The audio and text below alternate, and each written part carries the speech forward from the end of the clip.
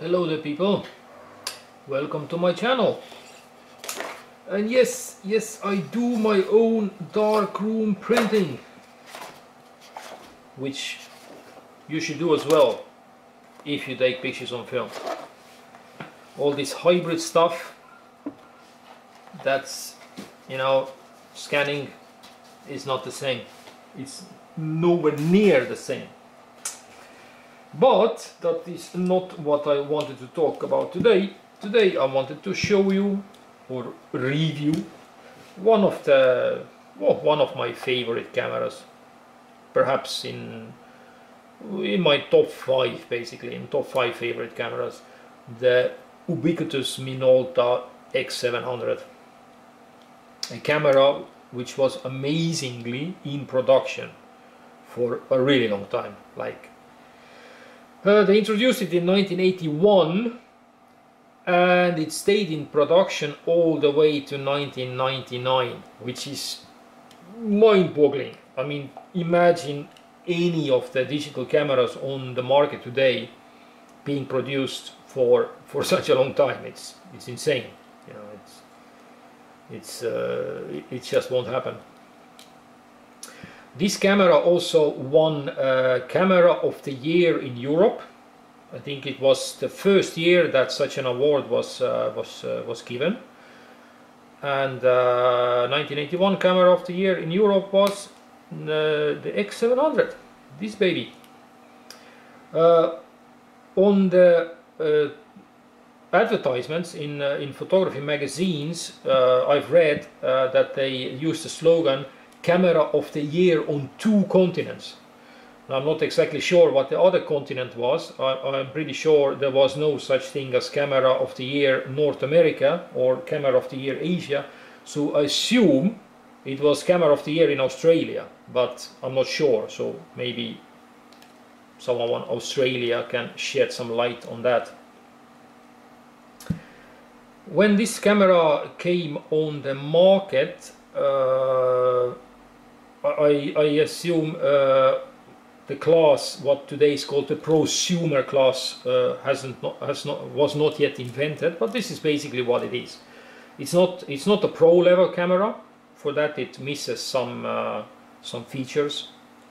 For example, I guess the most obvious one is that the flash sync speed, which is in red, is 1/60th of a second, which is a bit low for a pro camera. And also the build of the camera, it's not meant to you know, to be dropped in a gorge in Tibet or something like that. It's mainly made of plastic. I believe there is aluminium frame inside, and it's like well, sturdy, good quality plastic around it. Very hard, very good plastic, but still it's plastic. But it's nicely made.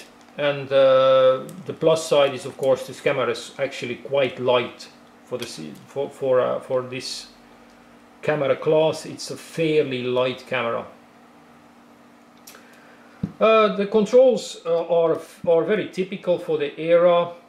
You have the main shutter speed dial, or the program, whatever, selector dial also. This camera was, I think, the Minolta was also the first manufacturer who brought a camera on the market that had aperture priority and shutter priority modes. That was in like 77 or something like that. Before that, it was either one or the other, and the aficionados, or the fanboys of the different modes, they had these endless discussions whether aperture priority is better or the shutter speed priority is better. Minolta made a camera that had both. Then the Canon A1 came on the market that had both plus a program mode. And when Minolta came out with this one, they also introduced the program mode, but there is actually no shutter priority mode. There is only aperture priority mode. Although the program mode is basically shutter weighted, so it will try to use the fastest shutter speed possible always. So it's not like with some other program modes where it makes kind of a compromise with you know, the medium size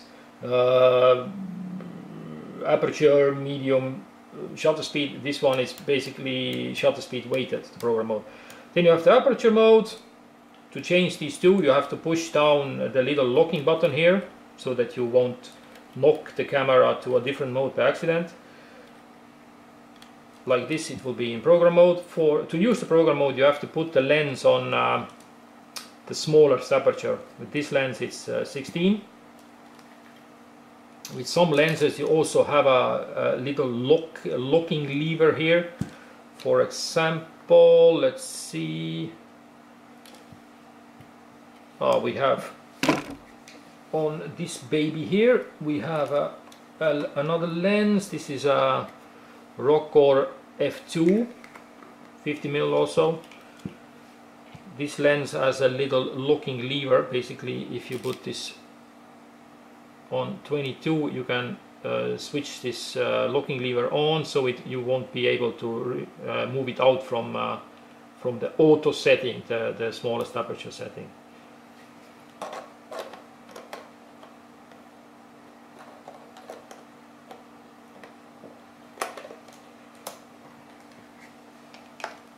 Back to the X700. On-off switch has two on positions. Basically, in here is the little window. Right now it says off. To this side it shows just on. The camera is on. To the other side it says on with sounds. Basically, now if you would switch on the self timer, if you move this lever up, it's self timer. It will count down, I think 10 or 15 seconds, and it will beep. Same lever, if you push it down, is auto exposure lock, by the way. And the other way, the beeps, if it's too dark and the shutter speed is too low, then strangely enough, now it's, where do I, oh, of course I am in a, now it will beep. Now there is plenty of light, even for f11, with the lights I have here in the room, it doesn't beep.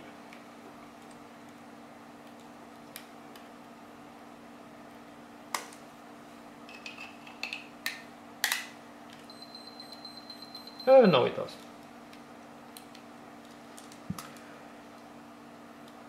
Here we have the film safe load indicator. Basically it will show whether the film is loaded correctly. You'll see a little red, I believe it was red tab in it, film counter. Here you can set the ISO speed. You have to lift the ring. The highest is 1600 and it goes down to 25. Of course you can actually go down 2 stops more or go up 2 stops more by using the compensation. To move this you have to push down this locking button, and then you can have exposure compensation +2. There is also the half stop marks are present, +1, and then to -2 or to the other way. Here we have the sync port for a flash with a sync cable. If you want to use remote flash, or you have like some old-fashioned flash, for example. The flash shoe has 2 proprietary contacts next to the regular one. If you have a flash from the same era, the PX series flashes were made specifically for the X series cameras, for the X700 and the X500, and on the US market that one was X570, I think. This is, I think you had 3 flashes. You had the low end flash had a fixed head, no bounce back capability. Much smaller, compact one. This is the medium model. It has the bounce capability, but no swivel. And then you had the higher end model with the swivel. Now, should you buy such a flash, one thing, if you put the batteries in it for the first time and you switch it on and nothing will happen, so you might think it's broken, but actually there is like a safety switch in here, or on the foot, if you have to push it in, and then it will switch on. Now you can hear it whine, it's loading up, and yeah, the light's burning, and we can flash. This camera has TTL metering, meaning through the lens metering. There is an extra little sensor down there that meters the light of the film plane during the exposure. So the basically flash exposures will be basically always correct, unless you don't like try to light with the flash something that's out of the flash range, of course. Now, if you make a photo with the flash and the exposure was correct, this light will turn up or turn on for 2 seconds. Also inside the viewfinder, a little light will turn on for a second, I believe, showing that the exposure was correct. This is the calculated dial on the flash. You can set the ISO speed in this window, 400, ISO down to 25, and this, let's say you choose, let's choose here ISO 200 for example. This green bar shows the available range. Here you have the distance in meters, from 0.7 meters it goes up to 15 meters, in feet it goes from 2 feet to 50 feet. And here you have the apertures, so if you use this flash manually, which you can do as well, you don't have to use the TTL. Basically you set the aperture setting, you set the ISO, you set the aperture on the camera. Let's say you choose f8, then it will show you that it will be something like 5 meters will be the correct distance, or about 20 feet. Pretty nice flash. The guide number I think is 32 in meters, so you can calculate yourself how much that is in feet. I have no idea. Otherwise, yeah, this camera is fairly typical for the era in many ways. It does take the motor drive, unlike quite many of these like prosumer models did not. This one takes the motor drive. In that sense, it's a bit like a weirdo. It has quite a few pro features. For example, if you look at take a look at the brochure for this camera from 1981 or 82, the MPS of course stands for Minolta Program System. Minolta Program System. And this was the system. You had lots of accessories. If you look in here, some photos. Oh yeah, basically this is the view inside the viewfinder. Down here you will see the aperture, the focusing little split viewfinder plus these prisms around it. Here you have the shutter speeds. The little red light will show you the correct one. Up here you will see the mode that you're in, the manual, aperture priority or program mode. Down here little light will burn if you use exposure compensation. Also I think this light here will flash if you made a flash photo and the exposure was correct. There are different screens available, as you see. And then there is some diagram or like the see-through. Okay, here you have this is the high-end flash with the head that swivels. This was called 360px. This is the cheapo model 280px, non-movable head. IR trigger set. Motor Drive 1, which had also a nice hand grip, actually a very nice accessory to have. Sadly I don't have it. This is a flash bracket, takes some extra batteries. The Power Grip 2 it's actually called. Multi-function data back. You could imprint the date on the photos, which is a feature I don't think anybody uses these days. It also provided some other functions. You could do time lapse, so like time that it takes photos in every minute or every hour or however you set it up. Let's see what else. Oh yeah, here you see the time lapse, basically star trail photo, time lapse photo made with the data back. There is also a Quartz data back 1, which was like a lower version. I think it only had the data imprint capability. The thing with these data backs is of course that the date probably does not go up to 2017, probably doesn't even go over the 2000. Okay, this is the micro drive or motor drive 1, which was the higher end motor drive. Top speed was 3.5 frames per second, and this was the more compact, cheaper one called Winder G, 2 frames per second. IR remote trigger. Again, you have the motor drive, the power grip, loads of Rockcore lenses. By the way, Minolta lenses are absolutely excellent, really good. The legend that some brands had so much better optics than others, not really true. At the same price point, they all the Japanese companies basically were capable of producing pretty much the same quality for the same price point. Of course, if you compare a cheap lens to an expensive lens, that's a different story. You had some original bags, lots of flashes. Actually, the flash that I have, the 132px, is not in it. Probably it was not yet in production at that moment. Came a bit later.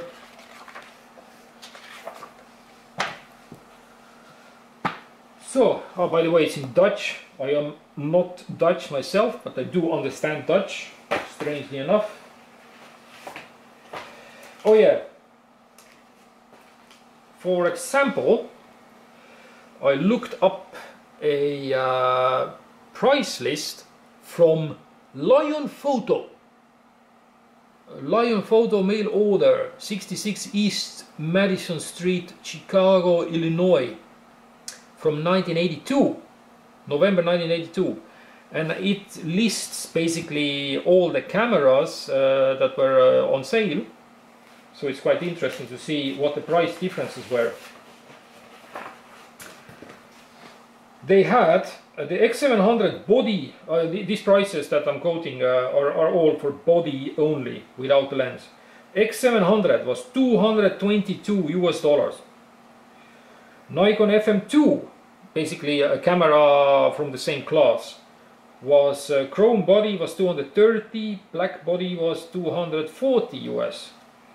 Pentax MEF 240, Olympus OM2N 230 for chrome body, 245 for black body. Canon A1 291, basically same class of camera, but quite a bit more expensive. The others are roughly basically at the same price, you know, 10-20 bucks here and there. But Canon was quite a bit more expensive. By comparison, the famous Pentax K1000, the all-manual, very popular camera, was only $92. And now when we compare these prices to the pro bodies, Nikon F3 $494, Canon F1 with standard viewfinder $517, with the auto exposure viewfinder $567. So more than twice as expensive than X700. And of course, if you look at these cameras on, you know, today on eBay, the price differences are still the same pretty much. Pentax LX also a pro body, 419. So yeah, basically you can't compare apples to oranges. Some people might say that, yeah, my Nikon F3 is much nicer. Yeah, probably it is nicer. You know, it's sturdier, has more professional features, but it's also a lot more expensive.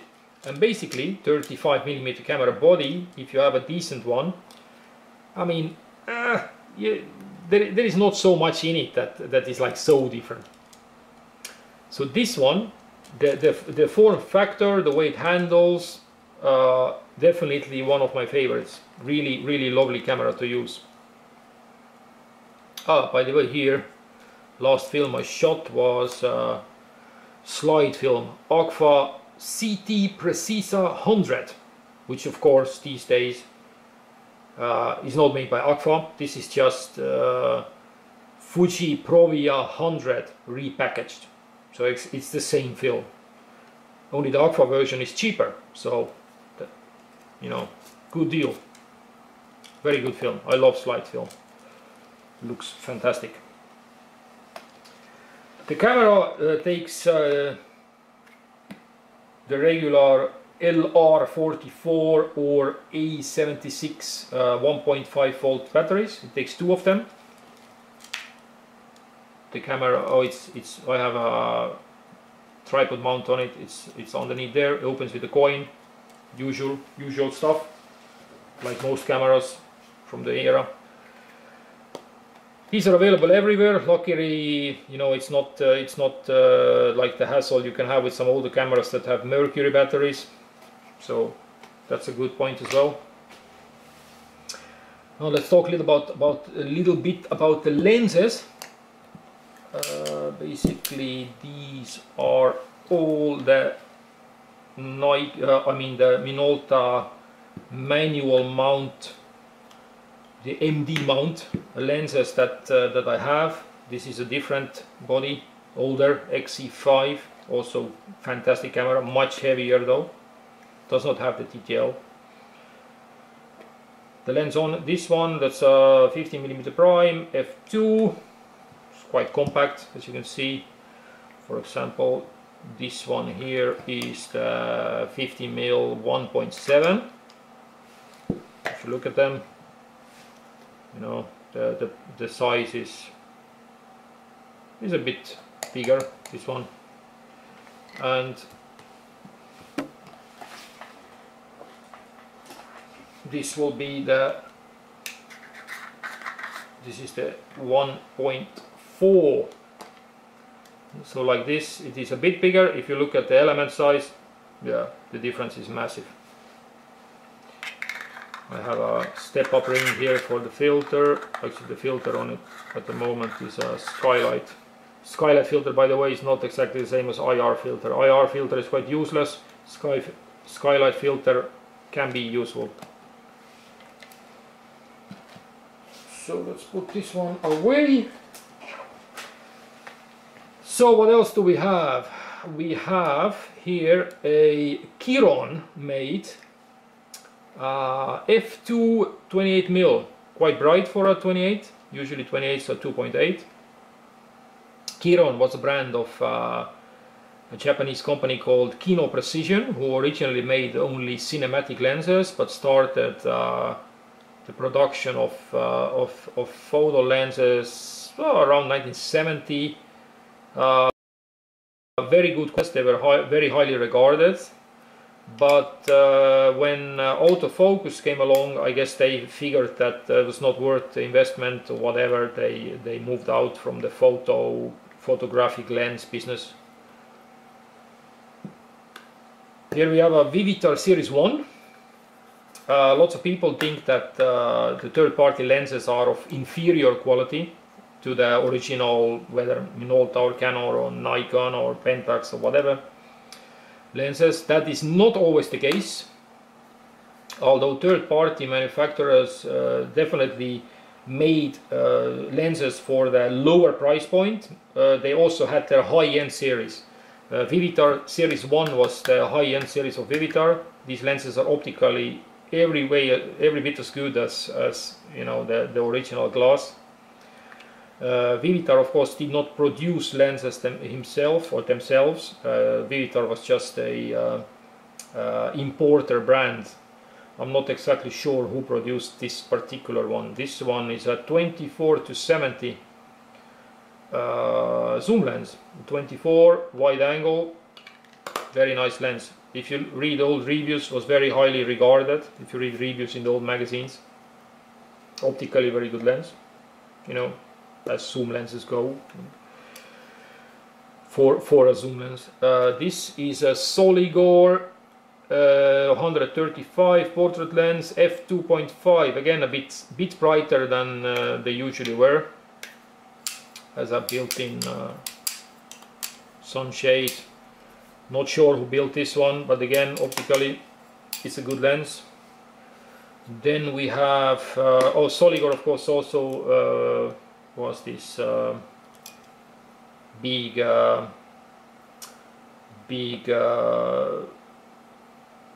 importer brand, also from the US, just as Vivitar, whereas Hanimex was an importer brand from Australia.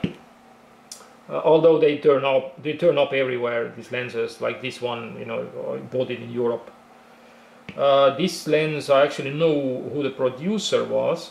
This lens was produced by Kobori. This company is still around. They still produce optical devices. This is a pretty nice lens as well for a zoom lens. It's 35 to 70, f2.5, 3.5, pretty decent. And then we have this one. This one is optically quite average, nothing special. Albinar, I'm not really sure who the producer was. It's quite bright for 80 to 200. It's constant aperture 3.5. Optically, it's not really nothing special. I have here a Tokina doubler, two-time converter fitted to it just for fun. Like this, it's 400 mil. Actually, if you close down the aperture, if there is plenty of light, it actually makes, well, quite reasonably good pictures.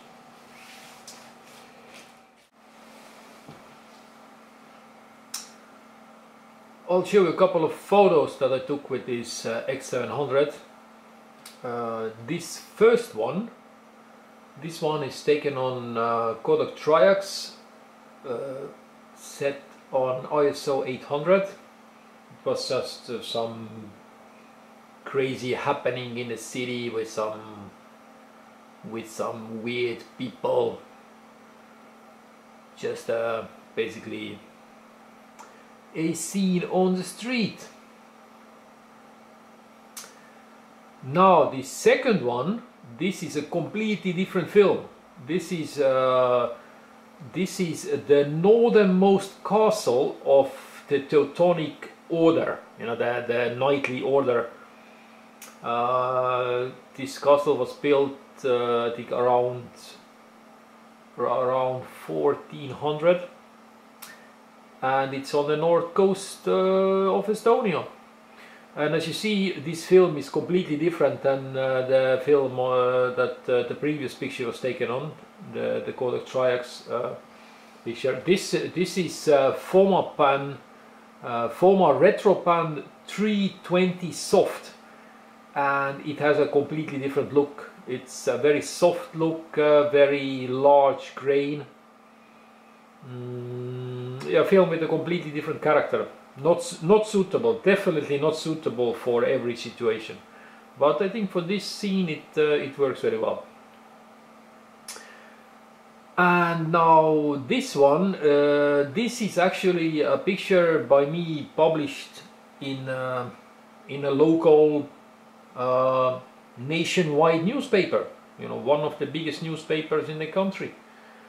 It's a picture of a artist. It's like accompanying a article about him. I'm pretty sure that that these editors of this newspaper had no clue that they are publishing a analog photo, because of course I gave it to them as a JPEG file. So, but yeah, this picture was published. I think it's pretty nice. So yeah.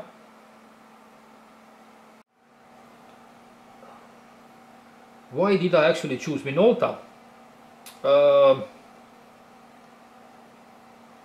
I chose Minolta. Well, I'll tell you a little backstory about my photographic past.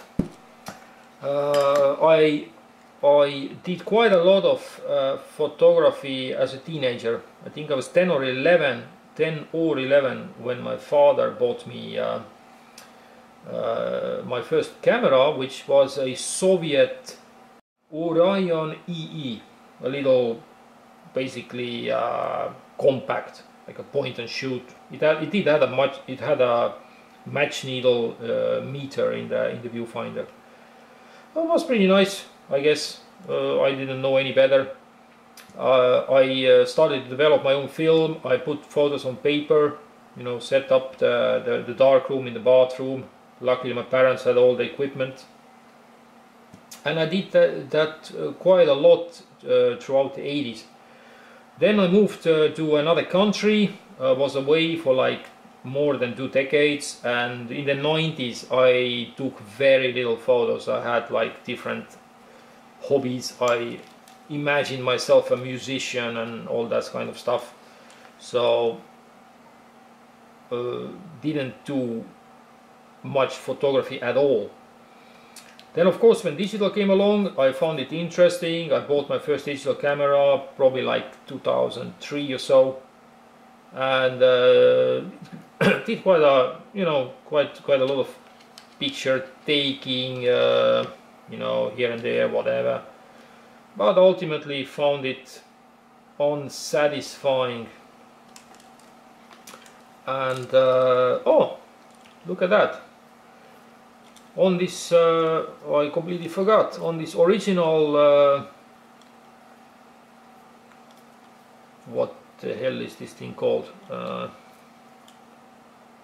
Strap. There is the blind for the viewfinder. If you take long exposures, you can or like set this viewfinder blind here, and there is a little gubbin here. This holds 2 of these batteries, so basically you have 2 reserve batteries with you all the time, which is nice. Oh yeah, and then ultimately I didn't find the digital photography very satisfying, and about 4 years ago started to build up my analog arsenal. And I on purpose did not choose Nikon or Canon, because nowadays, you know, a lot of people into digital photography of course are very young. You know, they were not really around when or people into, I mean, into analog photography are very young, and they were not really around when analog photography was dominant. You know, they were still unborn or wearing diapers. So they have basically grown up in the era when it's like Canon, Nikon, Canon, Nikon. Everybody thinks that everything is Canon, Nikon. And as a consequence, similar camera bodies, similar lenses from Canon and Nikon are quite a bit more expensive in general. So 4 years ago, I was considering basically Minolta and Pentax, and why I ended up building up Minolta set of lenses and camera bodies was kind of you know, by chance. I could just as well I could have chosen Pentax, which is also excellent manufacturer, very good lenses, very good bodies, and because they are also not Canon or Nikon, they are on the second-hand market quite a bit cheaper. But yeah, in the end I ended up with Minolta, and yeah, so if you are new into analog photography and you're thinking about which which mount or which system to go for, because ultimately it's actually about the lenses and not really the bodies. Bodies are of secondary importance. Yeah, I would highly recommend Minolta, and I can also highly recommend Pentax, although I do not have Pentax lenses myself, but I do have tried Pentax cameras belonging to my friends. Pentax is a very nice as well. Of course, Olympus is also very nice. Yashica is very nice. M42 system is actually also a very nice system to build up, because there are loads of lenses, loads of different manufacturers produced bodies for it. Also good.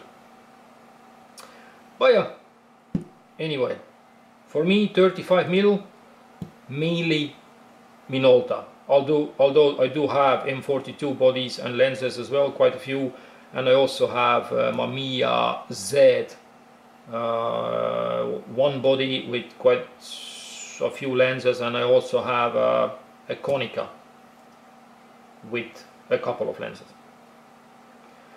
Alright, this ends my rant about Minolta and the X700, and see you next time. Happy shooting. Bye bye.